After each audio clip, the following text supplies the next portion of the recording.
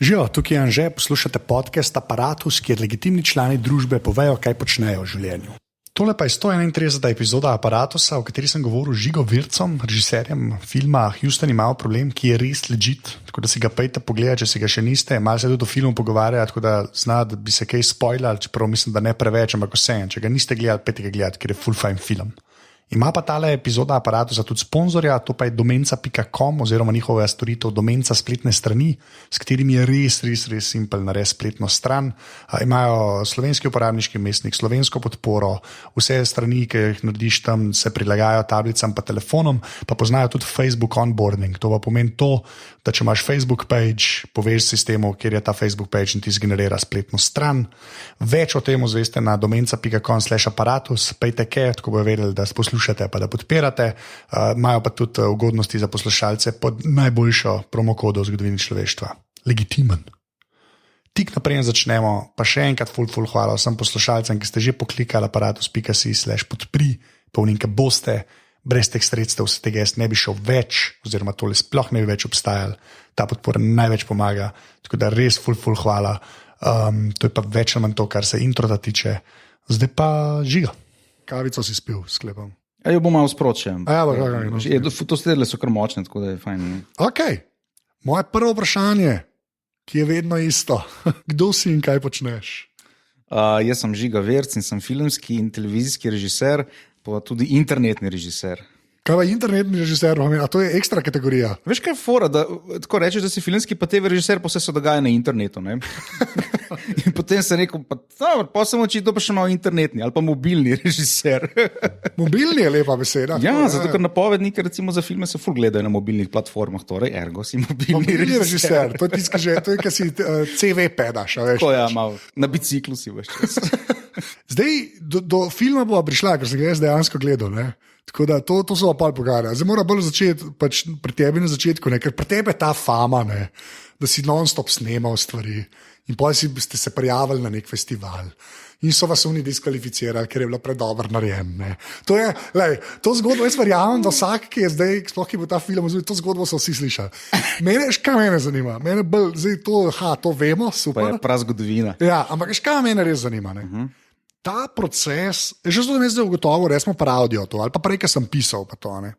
Ampak ta proces, zdaj naprej sploh hotel biti režiser, ampak veš, kakva leča pomeni, pa ta kadriranje, pa vse to, ti, ki si to snemal naprej in si imel neko formalno izobrazbo. Ali tebe tako, ali te je tehnično to zanimalo, ali da si do tega prišel, ali bo sam ta del izbi filme snemal, pa si jih pač snemal, pa se sprot učil. Pa najbrž je veliko načinov, kako režiserji štartajo. V bistvu, ravno danes dopoldne sem gledal en pogovor z Ridleyjem Scottom, ki štartal v bistvu kot dizajner, kot scenograf, na nek način iz tega recimo izhajal.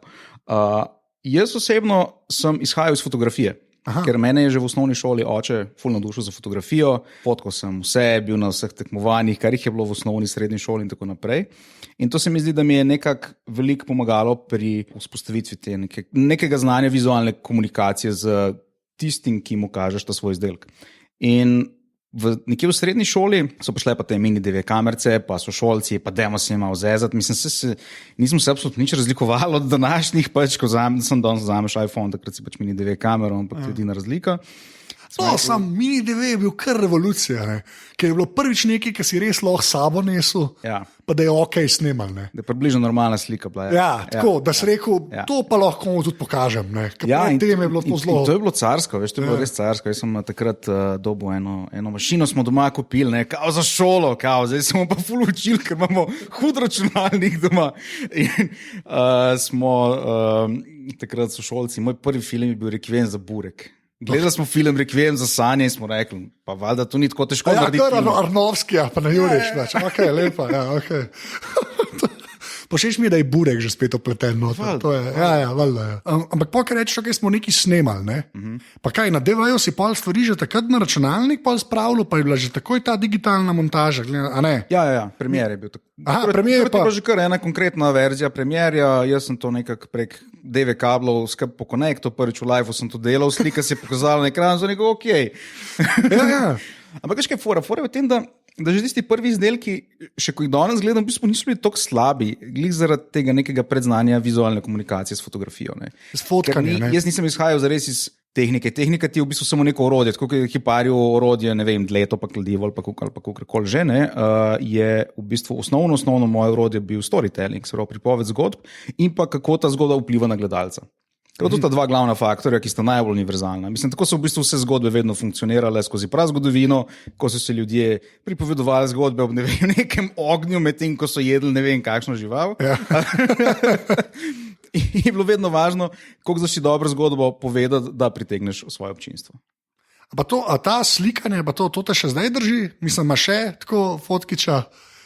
Ali je to zdaj tako? Mislim, ne res, to je meni zanimivo. Pač, po eni poti itek moraš priti do tega. Ne? Ampak se mi zdi, jaz sem full respekta zmeren do videa, ker je video pač je res, toliko enih stvari gre lahko narobe. Skoraj pa nobeni drugi stvari ne more iti toliko narobe. Pri tem audio tu meni lahko sam pač res crkne, pa se navnič. Ja, sem da pogovarjava, pa recimo ne snema, zdaj pa čez 1 uro ugotoviva, da ni nismo. Točno to, ampak čez 1 uro vse vedela. Pri videu to pa ni tako. In zato je ta, ker slikanje je po končni fazi lažji v tem oziru.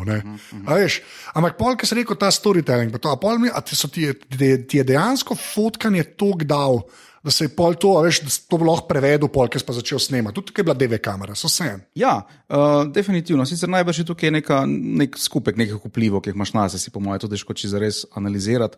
Ampak dejstvo je, da pri fotografiji se ti isto vprašaš, kaj bi se sporočil s fotografijo, kjer zgodbo ti poveš to fotografijo. Ne? Razlika je v tem, da je pač to seveda drug medij, ima neke druge zakonitosti, bla bla, je pač freeze frame na nek način, ne? Pač je primeru, ne? Kar je v bistvu ful dobro. Veš zakaj? Zaradi tega, ker moraš za minimalno sredstvi povedati čim več, ne? Ker si v bistvu ful omejen, ker je pač ena slika, pa primerja, ne? Nimaš ti časa zdaj še malo voice-overja narediti, da boš razložil ljudem, kaj je na tej sliki. Pač tega ni, mora biti vidno, ne? Ker film je pa itak vizualna pripoved, mislim, audiovizualna pripoved, seveda, ne? Ampak bolj hočem reči zaradi tega, da važno je, kaj ljudje delajo na filmu, ne pa kaj recimo govorijo. Ne? Zato je fotografija v bistvu meni bila zelo tako močno odskočna deska. Ker do te naši prvi filmi, še zdaj, ki jih pogledam, so v bistvu še kar kul posneti. Tako nekak štima, ne vem, zlati rezi, niso porezane glave, bla bla, tako, ful smo bili kreativni, glih zaradi tega, ker so mini devejke bile blazno priročne, tako kot pač danes telefon, nekak podobna priročnost. Dejstvo pa je, da se jaz nikoli nisem zares najprej vrgel v teorijo, pa potem šel delati filme, ampak smo se pač mislim vrgli, pa se nam je zdelo, pa sej, kaj pa vem, če malo s kamero skačemo okoli, pa bo malo šejki slika, si mogoče to ne tako slabo, ne? Mislim, veš, jih to je dobro, ko v bistvu sploh ne razmišljaš, kako bi pa zdaj to moralo zgledati, ker se mi zdi, da ful mladih avtorjev se blazno študiozno stvari lotijo, kar je seveda fajn, ampak se ful hitro zgodi, da potem probaš v bistvu nek stil ali pa neki filmski jezik oponašati. Ne? Bolj kot pa, da takrat iščeš svoj jezik. No? Ja. To smo mi delali in smo posneli stvari, ki so bile res še kar lude. Enega na sankah se spomnim. To je pa Tine Strela. Ja, to mislim, da je prva stvar tvoja, ki sem jo videl. Ja, in bili smo tudi v Mladini takrat. Mislim, da je bil celo trostranski članek o Tine Streli. Se prav spomnim. Pa ja, veš, to je, ampak mene ta to, kar si rekel, DV kamere, pa nočem se preveč na tehniko obešati, ampak ta del mene v bistvu mene to bolj fascinira, ker je pač ta tehnologija, jaz non-stop govorim malo o tej demokratizaciji tega, kar se je zdaj zgodilo. Pa zdaj, kaj rečeš telefoni, pa zdaj sem se parkrat tudi že z režiserji pogovarjal, pa se pa zmerom nekako te kanone omenimo, nekaj dejansko lahko neki posnamajo, kar res legit zgleda. Tako, meni je v bistvu dosti fascinantno, da obstajate zdaj že tako neka generacija folka, ki je v bistvu s tem že čist gor zrasla. Ker prej se ni dal nič posneti, nič normalnega se, do DV-jev realno gledan, da bi en doma neki se igral, pa bi neki posnel, ki bi lahko en drug gledal, pa rekel, to pa ni kar neki, je bilo res nemogoče. Ne? Ja, jaz mislim, da kot štartna pozicija so vse te fotoaparati, DSLR-ji in vse, kar je danes, kot si rekel, demokratizacija tehnologije, ki je na voljo, je definitivno super za štart, za odskočno desko. Res pa je, da sem tudi na drugi strani videl ogromno ljudi, ki so vzeli DSLR za svoj, ampak so bolj fascinirani nad tehniko, kot pa pripovedjo zgodbe. Ja, zgodba, ja. In to je še vedno osnova, in to je nekaj, kar imamo ljudje v sebi, pa se pravi že tisočletja. In zdaj, seveda, če bo čas taborni ogenj, danes DSLR, ok. Ja, drugo sredstvo, ampak the same idea. Ne? No, vse to, ampak veš, mislim, je pa res, da pola veš, daje eno pač šanso, ki pa ima tudi to neko storytelling. S tabo lahko celo to besedo uporabljam, pa ni duši. Ne. Jaz imam ful ne maram te besede, storytelleri. Ampak zakaj? Tega, ne maraš angleških besed ali prav specifične besede? Zaradi tega, ker ti jo lahko celo uporabljaš. Uporabljajo pa ljudje, ki nimajo veze s tem. To mene, res. Ti si režiser, stari režiser pa scenarij. Ti lahko rečeš, da si storyteller. Že jaz, ki podcaste delam, presežem, jaz se ne počutim poklicanega, da bi jo zase kdaj uporabil. Ne. Pa veš pa enega ne bom to rekel, enega modela, ne, ki je, ne vem, na Twitterju pa dela v marketingu, ampak on je storyteller, stari. Iz tega vidika mene. Ampak ti dejansko to lahko legit rečeš, pa to, ampak ti, ker to imaš v sebi, ne, da bi pripovedoval zgodbe. Pa to veš, mislim, saj tako si jih pa lahko takoj snemo že. V srednji šoli. Definitivno. Se pravim, to je super za štartno pozicijo. Ampak štartna pozicija, veš, kaj se je nam zgodilo v srednji šoli? Takrat mi tega seveda nismo vedeli. To znam zdaj analizirati za 10-15 let nazaj. Ampak zgodilo se je to, da je bila tehnika na voljo, da sem jaz imel kolege, ki so, recimo Matej, ki je igral Tineta Strelo, naprimer, je bil človek, ki je naredil genijalen lik in vsi skupaj, še z ostalimi sodelujočimi v tisti ekipi, takrat smo znali narediti zelo bizarno zgodbo, ampak bila je zgodba. Se pravi, imel si dobro zgodbo, imel si dobre like in še dobro si znal posnet. Mislim, za srednješolske standarde. Ja. Ampak to je tisto, kar je win-win za celoten projekt. In definitivno je to super, ker nam se takrat to ne bi zgodilo. Pa zgodilo se to ne bi brez interneta. Ne? Čeprav, recimo takrat, YouTube-a še bilo ni. Long time ago. In Tine Strela, prvi del, ki je bil parodija na Kozmodisk, Tine Strela Kozmodisk, nekaj tazga, smo ga skompresirali na, ne vem, ko rekel, na 2 megabajta, tako na nič, komaj se je ki videlo, kaj tam gor. Ampak folk si je zaradi tega to pošiljal po mailih. Veš, ko so se po mailih pošiljali te neke fore, pa vici, pa PowerPointi. Wavi so bili, ali pa Avi. Neki in to je folk. In to si je, veš, pa kar naenkrat češ dobivati maile nazaj od folka, ne vem, nekje iz Maribora ti nekdo piše, genialno, pa ti nisi nobenemu poslal to Maribor. Pa ugotoviš, temu se reče pa viralnost, ne? Wow, toplo vodo smo izumili. In recimo drugi del, Tine Strela je imel že ta problem, da pač ni bilo YouTube-a in smo postavili na server in server je škripnil takoj. In Martin Strel, ne, je bil toliko car in toliko genijalen, da je seveda zadevo vzel po sistemu. Ni slabe reklame in Tine Strela 2 je bil ful časa na naslovu www.martinstrel.com poševnica Tine Strela. A res? Ja. Tako da od tehnologiji. Wow, ok. Ne, sem dober, takrat je video, veš, folk, mislim, da se hitro pozabi, zdaj YouTube zgleda, da je odvedno bil klene, ampak res ni bil, ne, ja. Včasih je obstajal cel internet, ki je celo bil video gor, ampak si ga zelo malo videl, ne. Ja, pač real player. Real player, tako, ali pa pol quick time, odvisno na kjeri mašini zobli ljudje, ne. Ja, točno to je. Ampak, lepo mi pa, škaj mi še povej, pa zdaj, ki si že pa naredil pač filme, ne srednje, to sam hočem to ločati, ne. A imaš, to sem vse skoraj, mislim, da vprašal, ki so bili klepa, so režiserje, a že vnaprej veš, da bo ene stvari približno funkcionirale? Sam ta del me zanima, veš, kot tudi, ali ka pišeš kaj, pa polka gre snemati, a imaš zdaj že toliko zic ledra, ali pa gre reči, kar izkušen, kakorkoli hočeš to pomenovati, da si ene stvari zamisliš, pa veš, da tole bomo pa speljali. Zdaj, a bo toliko dobro, ker v tvoji glavi tako nikoli, a veš, relativno nikoli. Ampak tako, a imaš že toliko tega, da ti grejo stvari ne toliko narobe, ali pa da pol pogledaš, god damn it. Da je tega čim manj, no. Tako je, če je zadeva dobro zastavljena, pa dobro napisana, imaš 90% šans, da je to dejansko dobra stvar. Jaz običajno gledam kontra, da je lahko še boljša, zaradi tega, ker če imaš ti dobro ekipo, če imaš ti dobrega, ne vem, kostumografa, scenografa, igralce, dobrega DOP-ja, to je res ekipno delo in ta ekipa je tista, ki ti doda vse svoje znanje na tisto, kar si ti napisal. Ne?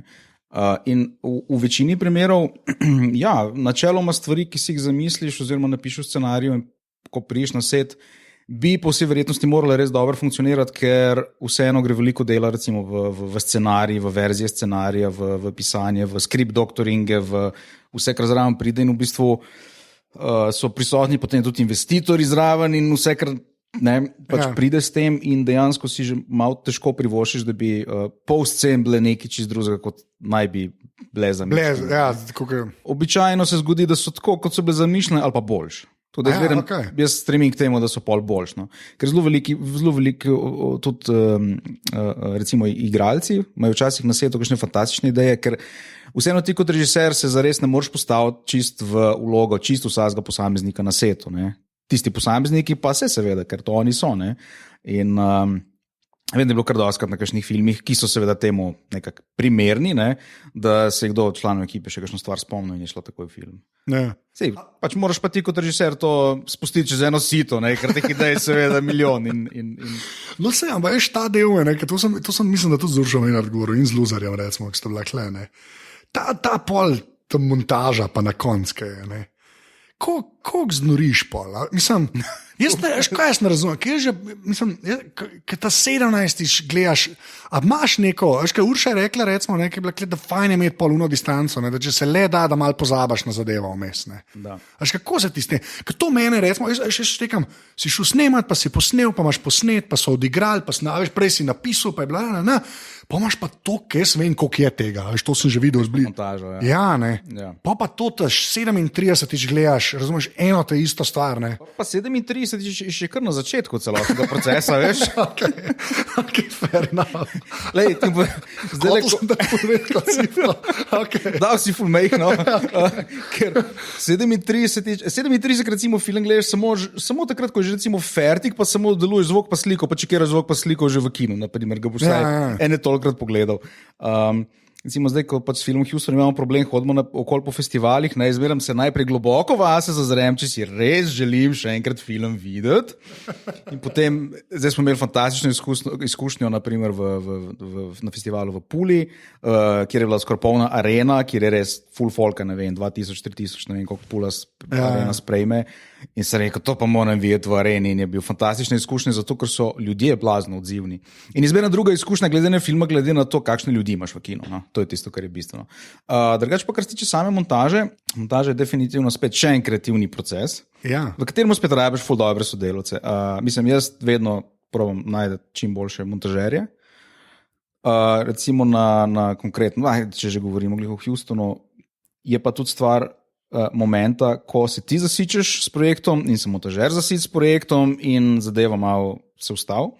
Takrat pridejo pa tako imenovani editing consultants, se bo zdaj, kaj bilo tu v slovenščini, imamo te tujke, ki so uporabljali, konzultanti za montažo in ti potem nekako dajo nek drug upogled v to, kaj ti delaš in poti še ugotoviš, kako pa mi tega nismo prej ugotovili, ne, da imamo, ne vem, problem z neko sceno, ali pa ti dajo neko rešitev, ki je tako na dlani, ampak je ti enostavno nisi bil sposoben videti, ker jaz ful ne zagovarjam tega one-man band koncepta snemanja filmov, ko je režiser še sam zmontiran gor in dol, ker mislim, da to ni zdravo za projekt enostavno. To je približno tako, kot če imaš otroka, ok, ti ga moraš lepo vzgojiti, sam pride na svet, bla, bla, bla, pol pa ga moraš socializirati, moraš ga dati v vrtec, moraš ga dati v šolo, da na koncu pride v neka odrasla oseba, na katero je vplivalo pač ful nekih bolj ali manj kompetentnih ljudi in isto je pri filmu, ne. Predstavljaj si, da otroka imaš doma in ga zapreš v omaro in čez 18 let kaj pride ven. Ja, dobro, ampak po drugi strani pa tudi tako, ne, so pa razlike, a si ti bo zraven pri scenariju ali ne, a si saj v montaži zraven ali ne, ker imaš tudi ljudi, ki to dosti pustijo namer, ne, ali ne. Mislim, ne vem, jaz imam tak občutek, da imaš tudi folk, ki je pač posnel, pa se pa parkrat pojavil 2 verzije, pogleda, reče tale, ok. Ne. Ja. Ne, tudi to je čisto legitimen način dela, ki se uporablja predvsem v ZDA, pa ne vem, Velika Britanija, predvsem pa pri bolj komercialnih produkcijah, kjer producent izvaja ta nek glavni kreativni del posla, najde dober scenarij in potem najde režiserje, ki ta scenarij posname. In tudi recimo v ZDA ima dostikrat producent zadnjo besedo. Ja, Final Cut, ali kaj je že to, ne? Ja, na Final Cut, ja. Pa se počasi tepejo, pa še za Director's Cut. Ja, pa pride 17 različnih DVD-ov ven. Jaz ne vem več, kjer ga Blade Runnerja moram kupiti. Extended version, cut version, short version. Pa zmerno piše, Ridley Scott pravi, da je ta pa tista ta prava. Ja, mislim, ok, whatever. Pokaš gled pa 1 uro daljša, pa nisi več zihar, če je bilo to najbolj pametno. Kaj si pa ti, pa nam rekel, pusto plive tako poimensko režiserjo, ta del me v bistvu sploh ne zanima. Mene bolj zanima, ko si ti gledal že ta, veš, srednja šola, hočem snemati, kaj slikam, ko si ti gledal? Gospodarje prstanov, Gladiatorja itd. In tle sem imel eno glavno težavo, ko sem prišel na akademijo. In sicer imeli smo sprejemne izpite In ta pisni test sprejemca je vključeval tudi eno A4 stran, kjer si imel na levem stolpcu navedene režiserje in na desnem stolpcu navedene filme. In to so bili vsem filmi in režiserji, ki si imel blage veze, huda izrazov, kdo so ti ljudje. In sem pustil prazen cel list in sem rekel, jaz sem zihar pogrnil sprejemce, ne. Pa se spomnim, sem prišel, kolega Verc, tale stran, ne, a to ste pa spregledal, ne. Sem rekel, ne, nimam pojma, jaz ne gledam teh nekih filmov, kaj pa vem, kaj se v Italiji snemali, ne. Jaz sem gledal Gospodarja prstanov, ki ga ni tle not, ne. Ja, valjda. Tako da, v bistvu si v tej začetni fazi si mogoče malo naiven, ampak po drugi strani pa tudi tisto, kar te dela pač avtorja takšnega, kakršen si, ne. Vse tiste filme sem jaz požil vse pogledal, analiziral, preštudiral, gor dol, ker to moraš, da pač nisi nek idiot, ne, ampak dejstvo je, da mislim, da noben v kakršnikoli avtorski industriji ne sme ne biti tisto, kar pač dejansko je. Mislim, če te pač privlačijo taki in taki filmi, pač gledaš. Pač to, da je, točno to. No, recimo Mitja Korenful uspešen na Poljskem. Ja, pa dela une, pač te romantične. Jaz sem sam ta prvo videl, ta druga še nisem videl. Ne. Ti so legit filmi, pač ti se tako. Mislim, Amerika, totalna Amerika. Ja. Kar ni nič slabega, če je dobro narejen. Ker Američani kaj prav naredijo, je super. Jaz tega. Veš, tudi ta predsodek za slovenski film, ne, sem se ga že zdavno iznebil, ker imaš tudi pri nas dejansko, ti si eno od njih, ampak okej. Ne, pa dejansko vas je par, ki posnamete stvari, ki so in gledljive in stojijo in jih gledaš pol ta drugič, pa je še zmeraj, oh moj bog, to je bilo pa že zmeraj v redu. A veš, se mi zdi, to tako, malo tega bi mogel stran brati, plus ta gonja proti Hollywoodu kot vir vsega zla možnega, ne. A veš, ker nekateri mislijo, nič dobrega ne naredijo. Vsi vemo, kaj se tam ne gleda, pa kaj se gleda. Ne? Ampak veš, pa kaj prav naredijo, je pa super. Ne? Veš kaj je, jaz recimo nikoli nisem zares obremenil s tem, kaj naj bi bil slovenski film, kaj naj bi bil evropski film, kaj naj bi bil vzhodnoevropski, kaj naj je ameriški film, bla, bla. Vsi so, ne tako, mislim, ne vsi, da ne generaliziram, ampak zelo veliko krat se zgodi, da se nekako probajo popredalčkati ljudje. Kao, zdaj pa smo mi Slovenci in ti moraš delati slovenski film. Mislim, kje je tla logika? Jaz sem za Evropejca v svojem bistvu. In dejstvo je, da vedno v dani situaciji sem povlečen najboljši iz vseh svetov, ki pač obstajajo. Recimo, meni imajo super ameriški filmi zelo jasno dramaturško strukturo, čeprav je večinoma oziroma zelo velikrat zelo plehka, še posebej pri komercialnih blockbusterjih, ampak v končni fazi rečeš, nekaj sem se naučil, kako Američani delajo strukturo, to klasično 3x structure, ko imaš zaplete in na koncu splete in klimaks in to je to. Ja. Ampak dejstvo je, da jaz sem naredil film, ki točno tako funkcionira, ki ima zaplet, klimaks, razplet in čau. Ne? Ampak na nekem popolnoma drugem nivoju oziroma z nekim popolnoma drugim sporočilom. Mi smo to vzeli določene koncepte iz ameriške kinematografije, kot je na primer Testna publika. Ko smo mi film končali, ko smo bili vsi kolikor z njim zadovoljni, smo na Vibi dvakrat napolnili kinodvorano z popolnoma nepoznanimi ljudmi, en tak presek populacije, izobrazbeni, starostni in tako naprej. So pogledali film, niso imeli pojma naprej, kaj bi gledali, so ga pogledali in na koncu izpolnjevali en full dolg anketni vprašalnik in pa smo mi to doma analizirali, mislim, v montaži v Excelu, recimo te rezultate, ki so nam pa blazno prav prišli, ker smo ugotovili, da ene zadeve, ki smo mislili, da so popolnoma jasne, smo ugotovili, da nismo jih dost izpostavili. Aha, dejansko ta in obratno. In smo potem se vrnili nazaj v montažo, smo kar nekaj stvari popravili. Aha, Ker, veš kaj je največja klasika? Če si ti kot avtor ta nek malo, mogoče egocentrični filma nikoli ne pokažeš, dokler ni fertik in ga daš v kino. Zgodi se ti to, da pride pa film v kino in do tebe začnejo ljudje hoditi z enimi in istimi problemi, ki bi jih pa lahko ti rešil že prej, mogoče prej komu pokažeš. Štekam. Sem pa slišiš te zgodbe, da se te test audience, kar je to, ne, ta testna publika, za pol to tako zelo hitro začne zlorabljati, polka producenti, mislim tako, v smislu. Ti ga je lahko tudi preveč, to se upam, da strinjaš, ne? Da ti si lahko hitro weird rata. Ne? Definitivno, zato pravim, da mi potegnemo najboljši z obeh svetov, ker zdaj smo ameriški koncept tega, ampak evropski pa po tem sistemu dam avtor zadnjo besedo. In je super, ker jaz nisem pol obremenjen, mislim, jaz lahko vržem stran tisti Excel, ampak v bistvu sem bil tisti, ki je to želel narediti v prvi vrsti. Če iz tega prihajaš, tekam, da je malo druga fora, ko ti tam eden reče, zdaj bomo pa to testali, pa bomo videli, kaj se zgodi. Valjda, ti pa ti grejo na ta Houston, ne? kratko, kot da vsi živiš. Ampak ne, veš kaj meni, zdaj meni ena. Naslednji film bom imel samo eno besedo, tu že zdaj vem. Ampak veš kaj je, da ena stvar, ki me zanima. Jaz, ko sem videl, to sem zelo tvitno, ker mi je, pa jaz ne vem, tisti se HBO Europe logotip, ne, ki je bil tam. To je cool. Jaz sem fan, mislim tako, ampak to je bilo pa cool. Jaz ne vem, zakaj, jaz sploh ne vem, kaj te hočem tle vprašati. Ampak, vem, kaj misliš. A veš, kaj misliš? Točno vem. Ti povem eno anekdoto, da ko smo naredili napovednik za prvi film, pač je bilo tako, kao, zdaj je to nek joke, neki, se ne ve, če kaj je, ampak napovednik je pa kulje. Potem pa je prišel ta finalni napovednik filma, ki vabi ljudi v kino, na začetku je pač ta velik HBO Europe logotip. In je folk spet mislil, da je to joke, vključno za HBO Europe, ker je to tako velik brand, da zikr se spet neki norce delajo, iz vsega pa znaš HBO na začetku. Ampak ne, HBO Europe je dejansko bil pri projektu že v ful zgodni fazi, ko smo bili še v predprodukciji. A ja, celo tako, napreden so, mislim, varianta, napreden lokal. A ja, vse to sem lahko vprašal. Eno od osnovnih stvari, ki marsikdo se tukaj malo zatakne in sicer marsikdo misli, da je ful dobro, da ti recimo narediš film z no budget sredstvi in potem, ko bo fertig, boš ti prodajal narobe. Največ denarja se vlaga v ful zgodni predprodukciji. Zato, ker si ljudje lahko zagarantirajo pravice na koncu. Zato kaj poreče, okej. To je začetka noter, že vnaprej kupiš za 3 leta naprej, ko tvoj projekt, vendar imaš ti ekskluzivo za nek ali tvoj teritorij ali tvojo platformo ali kakorkoli. In pa še ena stvar je, vsi ti partnerji ogromno pripomorejo k razvoju projekta. Ker pač ti imaš kar naenkrat okoli sebe ogromno velikih filmskih ekspertov. Pač vse na HBO Europe znajo filme delati, mislim pa serije, pa vse, kar pač zraven pride in seveda, ko imaš ti dostop do teh ljudi, to blazno veliko pomaga tvojemu filmu. Ker štekajo pa to, da si ti avtor in to je tudi isto, kar oni želijo dobiti. Oni ne želijo dobiti HBO filma.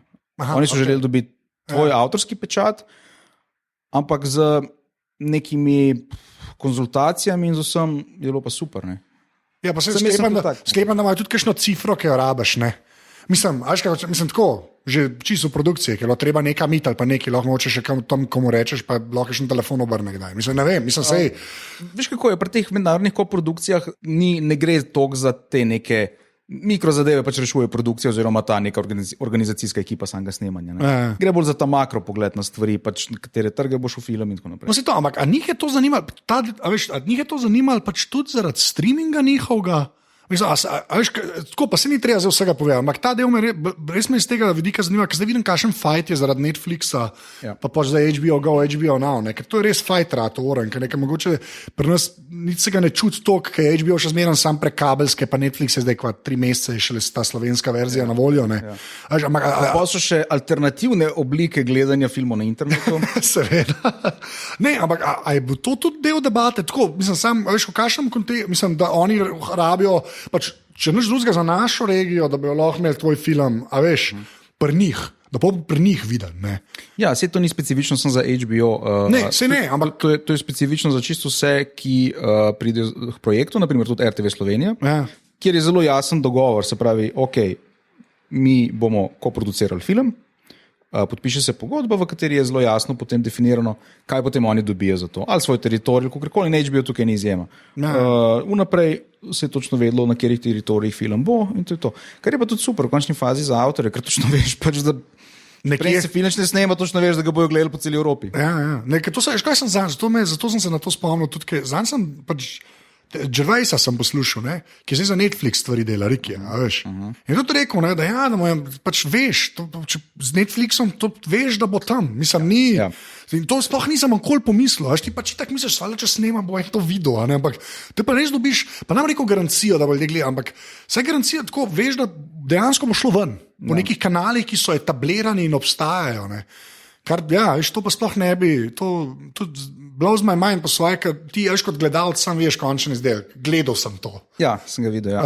Treba je vsem vedeti, da v današnjem svetu, mislim, se je tudi prej bilo tako, ampak recimo še v bivši Jugoslaviji se je to mogoče malo bolj zapakiralo v ta nek avtorski moment, ko je pač avtor bil alfa in omega in potem film se je kar videl, kar bil je v kinu, kar samo od sebe se je pojavil v kinu, mislim, ta neka fora. Pač dejstvo je, da film je, še posebej, če rečeš na neko mednarodni parket, je pač izdelek, ki ga daješ na trg. Pika. To je popolnoma ekonomska logika, to nima nobene veze za filmsko logiko, ima pač to, da je seveda to film, da imamo vsi radi film, ki se s tem ukvarjamo, itd. Ampak kako pa prideš do končnega potrošnika oziroma gledalca? Ja. Je pa Orbit, pa ta drugi čigumi na policiji. Točno to. Je pa vse od oglaševanja do vnaprej pripravljenih platform, kjer se bo to film nagledal oziroma prodajal. Čeprav me kdo kdaj krega, zdaj si se pa prodal, ampak ne vem. Ti si film, jaz ne razumem tega očitka. Jaz to sploh ne. Jaz štekam, če bi se ti tako prodal, da bi posnel film, pa bi bilo pa noter 27 product placementov. Ja. To se strinjam. Na ta način jaz to razumem, ampak da se pa ti prodaš zato, ker bo tvoj film dejansko ljudje gledali po nekih etabliranih kanalih, to pa jaz ne razumem, po kateri logiki se je kdorkoli prodal. Še posebej, ker je dejstvo, da je film narejen točno tako, kot sem si ga želel, da bi bil narejen. Sej to. Ni ono, da sem jaz neko idejo dal, ker sem jo prodal nekomu in oni so povedali, da hoče imeti tako narejeno, pa se mi tle nismo strinjali. Kaj iz tebe prišlo ven, ne? To je ključna razlika, realno gledano. Dejansko je boljši film zaradi vsega tega. Ja, se to je. No, ampak glej, to gremo vsebino malo, ne? Pač, je ti to kopalka, who cares. V glavnem, meni je super ta film, drugače. To ja, ampak to zato vsi, jaz sem še research delam, gledam, kaj so te ljudje sprašvali. In ta ti to kopalka presežen, to če zdaj googlaš, tebe najdeš praktično. Ampak kaj me zanima? Meni je pač ful všeč ta film. Ja, res, da sem si zanalaško, jaz, ko sem ga šel gledati, nisem hotel noče, jaz sem videl trailerje, pa nisem nič bral. Zanalaš. Ker sem rekel, ne. In zdaj, mislim, kako sploh, sam ta zgodba, mi smo prodali, jaz bom rekel mi, who cares, mi smo prodali Američanom vesoljski program, živ nisem bil takrat, who cares, mi smo prodali Američanom vesoljski program, ki je bil več ali manj na tag, ne. Ta del, to sem jaz že nekaj slišal, da Jugoslavija, mislim tako slišal, v smislu, da smo mi nekaj imeli, pa tista baza vrhunska na Hrvaška, ti še noro, ne. Škaj me zanima? Ta fake smrt, zdaj spoilava, ljudje, če niste gledali, nekaj, da bo slušali, da pedofilem gledali, ker je res epski. Ampak ta življenje, ker sem videl ta AB struktura, tako jaz to vidim, no, ampak ta ženska v Beogradu, ne, me ta B bolj zanima, jaz sklepam, da je to B. Kako to zveš? Ta inženir, ki je pol v Ameriki, pride nazaj, prvič vidi hčerko. Kako zveš? Kje ste njega naj? Jaz to ne razumem. Kako njega? Jaz razumem, da ti meni tako zgleda, pa me popravi, to te hočemo v bistvu praviti. Meni tako zgleda, mi smo prodali Američanom vesoljski program na teg, dali so nam denar, pa smo se mogli pa iz tega izvaditi. To se meni sliši, da je dost za film. Veš, kaj hočem reči? To je dost.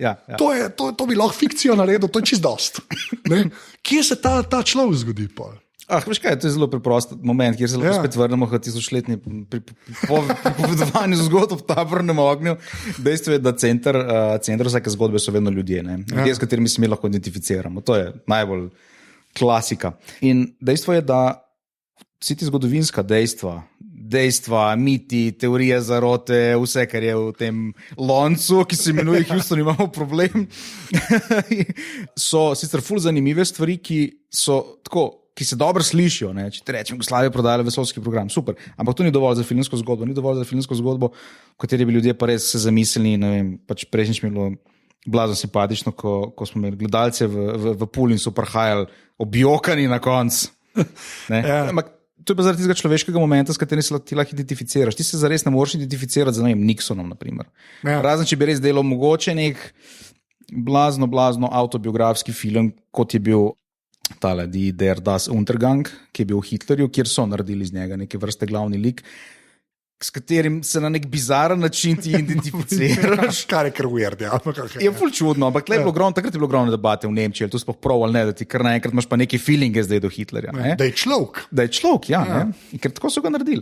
In mi tega seveda nismo mogli, ker Tito, Nixon, Kennedy vsi obstajajo samo v arhivskih posnetkih. Probali smo biti zelo resnični z arhivskimi posnetki, vse, kjer je Tito, kjer je Nixon, kjer so vsi te liki, so pač oni. Ampak tle je pomembna pa ravno ta faza tudi predprodukcije, ker v predprodukciji smo mi naredili kar nekaj teh testnih variant, naredili smo nek napovednik, ki je bil nekih 5 do 10 minut dolg, pa smo sprobali variante, kako bi zadeva izgledala, če bi delali film samo iz teh zgodovinskih dejstev, arhivskih posnetkov. Na koncu gotoviš, da to rata blazno dolgočasna stvar, ker je pač uro pa pol nekaj črno-belih arhivov ti gledaš, to res ni cool za gledati, toliko časa. Se na YouTubeu napovednik 4 minute je deloval, super, ne, ampak ne pa uro pa pol. Ampak to se pol sliši tako ampak to se sliši, 40-minuten mini-doku bi bil, recimo, tis bi še nekako funkcioniral, pol urice, recimo, na tis bi še nekako lahko šel, ne.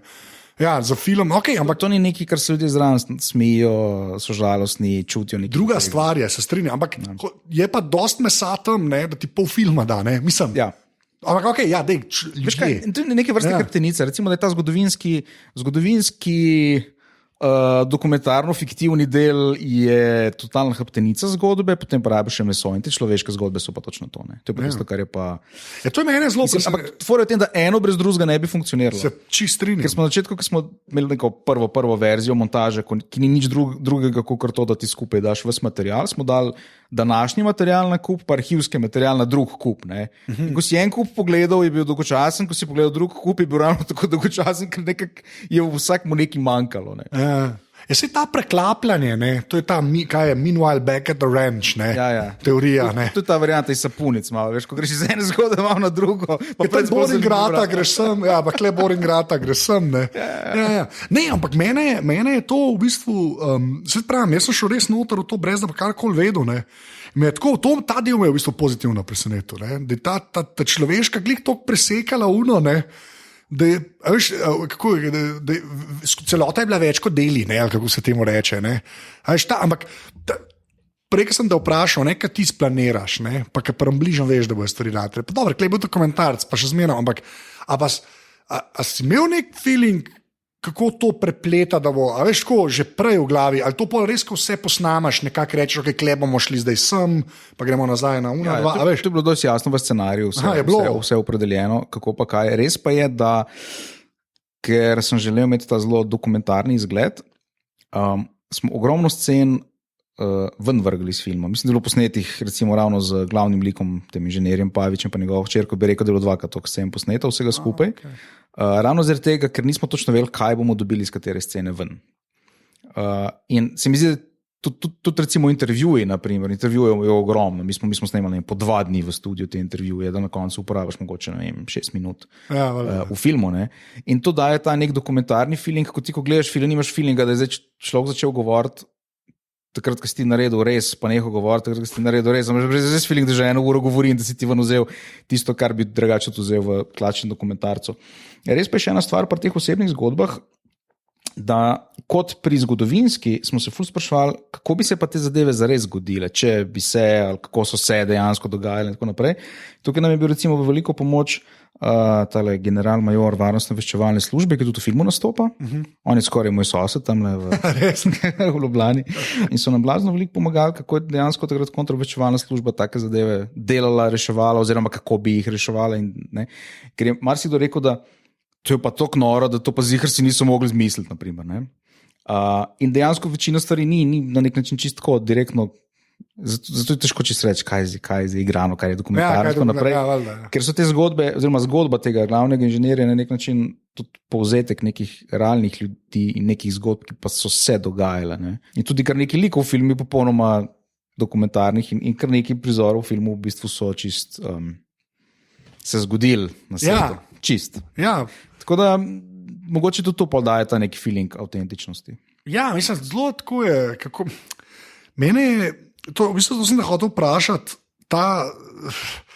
veš kaj, ne spade pocen ta človeška zgodba. Veš, kar se mi zdi, da je po svoje zelo težko narediti, sploh kad to opneš v Jugoslavijo, pa vso to nostalgijo, ki pri nas obstaja. Ne?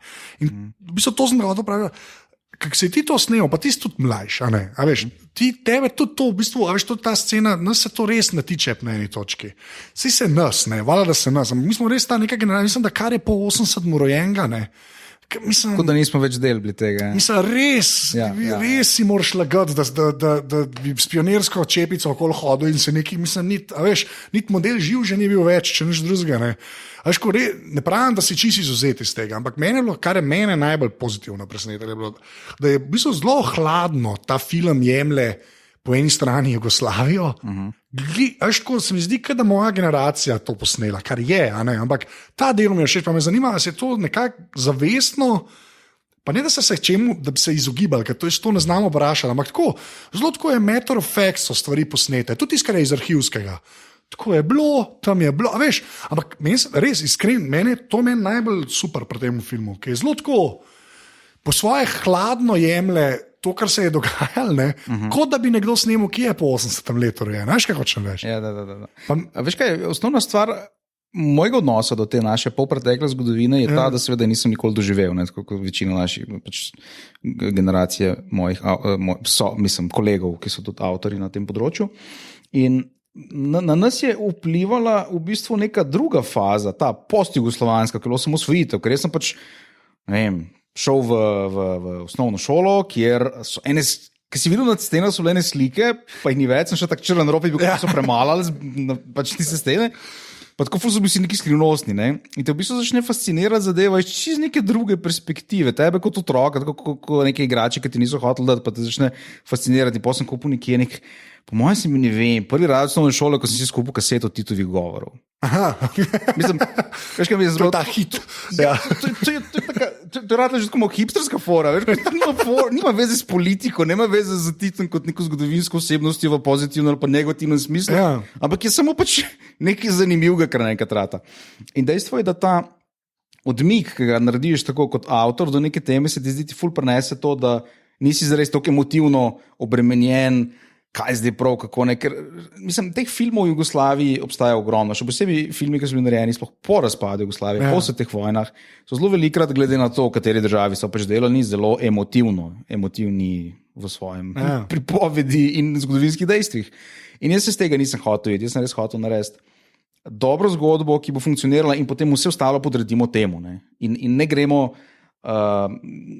gremo zdaj nekaj glorificirati, ne gremo kritizirati, ker po drugi strani celotna zgodba tako zastavljena, da zgodba lahko reče, da na nek način je pozitivno nastrojena do režima, ampak po drugi strani na 45 minuti filma ugotoviš, da je cel režim zafrknil vse, kar se je dalo narobe narediti.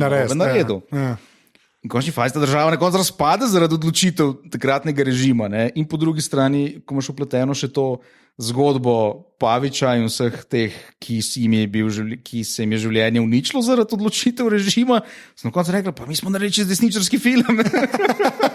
Ne, znaš, ta del mi je bil, pač to je bilo res meni. Sem gruntov temu, no? Ampak ta del mi je bil res všeč, ker ta človeška zgodba, ne, noter, da res ta nek... Tok žmohta, da veš, tok humanizira zadevo, ne, da ti so v bistvu vse stran pade, da ti si bolj kulisa, kot kaj drugega. In to nisem še videl, no. Iskren, zaradi tega mi je bilo... Samo nek moment identifikacije smo najdeli. Ja. Mi je pa noro, da se z jugo obada. Veš ko, poka pa malo nazaj stopaš, ne, pa vesoljski program. Kaj to one-line pitch je vrhunski. Točno to. Mi smo tako film začeli. Lej, celoten projekt se je začel tako, da sem imel 3 besede. Jugoslovanski vesoljski program. Točno to. In smo vsi ti neki elevator pitchi, toilet pitchi, ne vem, vse te teorije so pale v vodo, ker čisto vsak, ki te vprašal, kaj delaš, si rekel Jugoslav Space Program. Ja. In je poslušal, kaj boš naprej rekel od tega. Ja, točno to. Ne, to sem pa to je tak, ker mal sem jezen, da je to, veš, ko malo si jezen, da je to a thing. Pa, veš, pa da je rad, pa ne, v dobrem smislu, veš, ko ker malo, točno to, 3 besede so to star. Ja. Realno gledano so 3 besede. Ja. In če imaš 3 besede, ne vem, pol se mi zdi, da se da kaj narediti, ne. In ti si, ne, zato se meni zdi to tak monumental achievement v končni fazi. Ker mislim, jaz mislim, da res rabaš te 3 besede ali pa en stavek, ne. Ja. Je pa vse ena stvar, ki moramo povedati, da preprostost je najbolj komplicirana v svojem bistvu. Ja.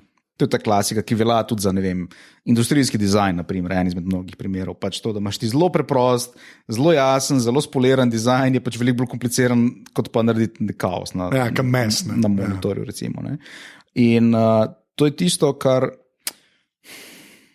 se mi zdi, tudi malo se naučiš potem v nekih teh fazah produkcije, še posebej, ko štartaš na mednarodne koprodukcije, ko pač zgodba o nekomu, ki je malo depresiven, pa doma bolj v monitor, pač ni nekaj, kar bi ljudje zastrigli z ušesi, ko slišijo. Moraš imeti nekaj, kar je zelo, zelo jasno, zanimivo, tako imenovano real but unusual, se pravi, realno, ampak nepričakovano na nek način. To je ponad najboljši, tudi scenaristični koncept, kako narediti stvari zanimive, da so verjetne, ampak če stvar sem verjetna, mogoče ni zanimiva, ampak neobičajne hkrati. Ne? Ja, to je najboljša kombinacija.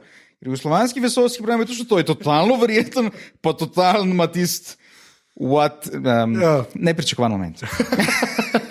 What the fuck, tako se vedno, tako se lahko vrleš. Ja. Pa še ena stvar, no, kar se čistko filma konkretno tiče. Kaj greš enkrat ta dokumentar, ta format, ne? Pa Talking Head, pa arhivski posnetki, pa to.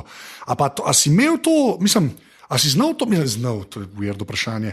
Ker to je drugačka fikcija snemati film, ne? Mislim, je neka druga... Bizarna kombinacija v bistvu dokumentarizma in fikcije. Ja, a veš... Še ekipa doskrat ni več vedela, kaj se mi zdaj gremo. Ja, ampak to lahko v glavi vse držiš, pa to res iskreno vprašam. Mislim, že med tem, ko snemaš, kle vem, zdaj pa to je to, kle bomo sam monterali, pa v črno-belo, mislim, to ni bilo panike ti to... nekako, celega koncepta v glavi drža cel cajt. Ker se mi zdi, če ti delaš, veš, tako, v korenkam romantično komedijo, ti približno veš, kakšna žval je, a veš, pa veš, kam tako se mi zdi, da je lažje čist med procesom ustvarjanja, kako to v glav držati, klepa, holy mother of God, po svoje. Veš kaj, to je vse en stvar, s katero se ti ukvarjaš 4 leta pa pol. Ja. In bolj na dnevni bazi in dejansko to, da imaš ti v glavi, je to najbolj osnovna stvar. To je tako, ko bi vprašal igralca v drami, kako si zapomniš 2 ure teksta, pa ti on reče, to je basic level, to je najbolj osnovna stvar, ki pač moraš imeti v glavi. Pol prideš in vse ostalo. Okay. Res pa je, da pri Houstonu je bila ta specifika, da nisem hotel imeti tega klasičnega seta, kot recimo je pri igranem filmu, da smo bili zelo, zelo prosti in tle je produkcija naredila odličen job, ker mislim, da smo imeli 47 snemalnih dni na 3 kontinentih, od Slovenija, Hrvaška, Srbija, Maroko, ZDA, od New Yorka, Washingtona, Dallasa, Houstona, in kar je bilo blazno velik zalogaj, ampak po drugi strani smo pa zelo majhno ekipo in smo si lahko privoščili ogromno improvizacije, kakšen ekstra dan za sistem, pa dajmo probati, pa da vidimo, kaj se bo zgodilo. Aha, celo. Kar nekaj tega smo imeli, ker sem hotel dobiti veliko teh realističnih situacij ven, ki so tako mogoče včasih malo čudno narejene ali pa čudno posnete, ampak je tudi tisto, kar daje zadevi ta nek pečat. Tako da ja, dejansko moraš imeti stvari v glavi. Je pa res, da ravno zaradi tega, ker smo snemali na zelo dokumentaren princip, imaš pa ti potem na koncu kreno goro materijala, ki ga pri igranem filmu običajno nimaš, ker že približno, mislim, veš, ki je kakšna stvar bila. Pri Houstonu smo približno vedeli, kam bo kjera stvar šla. In smo potem hitro ugotovili, da imamo določenih stvari ful preveč, recimo Objekt 505 smo snemali 3 dni in to je tako ratala, ne vem, skoraj polurna scena, to bi lahko posebej dokumentarno dajo samo o Objektu 505. To bi jaz gledal, ampak ok, sorry, povej. Mogoče bo je na HBO deleted scenes. Lepa. In po drugi strani smo ugotovili, da nam pa v nekih ključnih momentih filma pa manjka določenih stvari. Smo potem tukaj nekaj stvari še dosnemavali, pa še kar nekaj se vračali nazaj v arhive, ker pač imaš ta ping-pong, ne, imaš današnjo zgodbo, imaš današnje lokacije, imaš pa še zgodovinsko zgodbo, ki moraš pa še znati pravilno skombinirati z posnetki, ne, ker te pač ne pomaga, če se je nekaj zgodilo, pa ne moreš tega pokazati. Ne. Če gre jugo, ne, v ZDA, pač pokažeš jugo, tako ga pakirajo v ladjo za ZDA. Težko me samo zanima, pri tem objektu, ne. Posnetek vrat, pa ki se prelije. Koliko cajta to traja, da to narediš? Koliko cajta, res, iskren, koliko cajta traja, da to narediš? Kje je arhivski posnetek, pa je pa v današnjem, koliko cajta to traja? Realno gledam. Realno je tle še najbolj stvar predpriprav, zaradi tega, ker mi smo najprej prišli do arhivskih posnetkov. Ja. Potem sem si jaz ven sprintal, screenshote, kar, ne vem, 20 nekih zanimivih prostorov, ki so se mi zdeli, da bi lahko bili še približno ohranjeni. Potem smo šli na oglede lokacij z gospodom Damirjem, ki je v filmu tam na Splocaj. Pri njemu mi je žal, ker nas je 3 dni vodil, ko nam razlagal Objektu 505 in vse, kar reče je, zdaj, ko bomo šli noter, vam bom pokazal in pa pride policija in nič več ne more povedati. Ja, ti se gledal. Ampak dejstvo je, da smo potem z njim, on je točno vedel, iz kje je bilo kaj snemano in smo najeli nekih 5, 6, 7 najbolj zanimivih lokacij, šli tja in zadevo čim bolj podobno posnel. Res pa je, da ti na setu ne boš nikoli zares čist isto ujel in je bilo tam ogromno potem še dela v postprodukciji, da se slika malo še zamaknila. Nerealno zgleda, ti si nerealno, ti si zgleda. To je dejansko preliv iz današnjega v arhivski, čist. Ja. To je to. Zato, ker je, mi smo sploh šli snemati zaradi teh arhivskih. Ja, se vem, ne se to ne, ampak ti se res balano zgleda. Ne res, vsaka čas, mislim, to zdaj te weird, ki te kar hvalim randomly, ampak ti si res meni, res sem bil tako, what is going on, res s kolegom, ki smo sedela, so v kinu, what? Tako res, pa ti si že v trailerju, a ne, je eden ta preliv, ne. Ampak je tako res, ne vem. Ampak sem, ko ta zgodovinar sedi za Titovo mizo na Galebu, na ladji Galebu. Ja, ono, ko gre ven, ne, ja. Mislim, ja, okej. Bravo, ne vem, zakaj to je weird del intervjuja. Načeloma je bolj slišati pohvale. No? Ja, verjamem. Ogabno je, že ogabno, vse ogabno. Ne, res, holy mother of God, ti si bilo res. Bom drug film prav bolj. Zagreva pa na... A ja, ljudje pejte gledati film, to še enkrat rekel. Ne vem, meni je preveč dober. Strojna programska oprema tvoja. Kjer telefon pa računalnik imaš in tablico, če jo imaš? Tako, za vse mobilne zadeve imam Apple, za vse stacionarne, kjer je treba stvari narediti. Ja. When shit needs to be done, so pa PC pa Windowsi. A res, kaj, po PC imaš neko workstation portalno. Ja, zaradi tega, ker jih sestavimo po naših specifikacijah, mislim, nam jih sestavljajo po naših željah in specifikacijah. Celoten produkcijski workflow delamo pa na Adobe. CC programski opremi. Okay. Ampak kaj, telefonček je pa 5S? iPhone 5, lepo. A 5, še kar 5, boom. Sem rekel, dokler bo delo, je to. A pa MacBooka imaš pa sklepom za okol nositi? Ja, okay. Era? MacBook Air. Dobar. Tega sem pa tokrat že, veš, tako, recimo v predprodukciji Houstona je MacBook Air se odpiral in zapiral konstantno in dejansko rabiš nekaj, kar takoj zalaufa, ker pač pomembni ljudje nimajo cajta, da se bojo Windowsi zalaufali tam tep uro pa pol, pa še vmes update inštalirali. Še update inštalirali, ja. A ja, okej, uno ste pa na workstationih, na PC workstationih, lepa. Custom made, delali, pa dosti poceni. Ja, itak, smešno proti proju, ne, če tako gledaš, je no contest to, ne. Točno to, ja. Ja, valjda. Nekaj si lahko prvoče, pa si igraš, pa dajmo tle dva ogromna monitorja, pa dajmo malo bolj grafično, pa dajmo 64 giga RAM. Rama, ja, da vse noč živi, ne, tudi video, le. Ja, točno to, ja. SSD, ni panike. Ja, itak, ja. Okej. A pa ajde, 5 appov, ki jih dejansko uporabljaš. Vzemi telefon v roke. Ki jih dejansko uporabljaš, nekaj jih imaš inštalirane. Ki jih dejansko uporabljaš. Ja. Veš kaj skozi uporabljam? BBC News. Okay. Spletna aplikacija moje banke, oziroma app moje banke, ki ga redno uporabljam, zdaj ne vem, ali ga rad uporabljam, ne, ampak pač ga. Ne, ampak ga, le, to čisto legit. Viber. Okay. RTV aplikacijo za branje domačih novic, pa po moje, kakšen Google Maps bilo je bil na 5. mestu. A ja, okej. Ja. To je v redu. Tako, Kanšek je zanimiv. Veš kaj, pa ful teh nekih priložnosti, ki jih pač uporabljaš, glede na to, kje si. Mislim, Uber, na primer, ful uporabljaš, ko si pač tam, kjer Uber je, ne? Ali pa, ne vem, berlinska ali pa newyorška podzemna, pač v Ljubljani ne pride neki prav, ne? Ja, te so hudi, sploh nekaj so offline, ne, tam, ker nimajo Wi-Fi-ja še od spodaj. Ja, točno to. Ja, tisti, kar prav pride. Ok, pa zadnje vprašanje, ki je vedno isto. Ena fizična stvar, en objekt, ki ni tvoja babi. Weird. Ki misliš, da je bil narejen zate, oziroma loga še imaš, loga nimaš več. Kaj bi to bilo? To razmišljam že 45 minut, ko si mi povedal na začetku, da boš to vprašal, pa... Ne, pa nas je vse malo bolj metafizika in so vsi ti objekti bolj take narave. Ampak jaz mislim, da če se vrnemo malo nazaj, da je bilo to najbrž kar Fotkič. Fotkič. Ampak Fotkič, tu govorimo o Fotkiču, ki nima niti svetlomera, ki je pač imel cajt, pa blendo, pa filmski trak noter in to je bilo to. To, da 2 nastavitve si lahko obrnil, pa skljocu več. Pa še šarf si imel. Ja, lepo, sej. To je šmer meni ni isto, veš. Sej ni iPhone isto funkcionira, samo malo so skrili te funkcije. Ja, točno to, ja. Po računalnik imaš že zate dela, ne, ampak ja. Najlepša hvala. Hvala tebi. Glikar si bil v Aparatusu, reči adijo. Adijo, Aparatus. Čau. To je bila 131. epizoda Aparatusa. Meni lahko težite na Twitterju, pa zdaj sem tudi na Snapchatu, povsod sem Anzet, tako da mi tam težite. Sicer pa pejte pogledat, Houston imamo problem, no? Ker je res fajn film. Ker tako, ko sem Žiga tu pa rekel, kaj šel, sem rekel, star film si posnel, tako v najboljšem pomenu te besede. Sicer pa tako, ka vedno, ful hvala sem, ka podpirate Aparatus.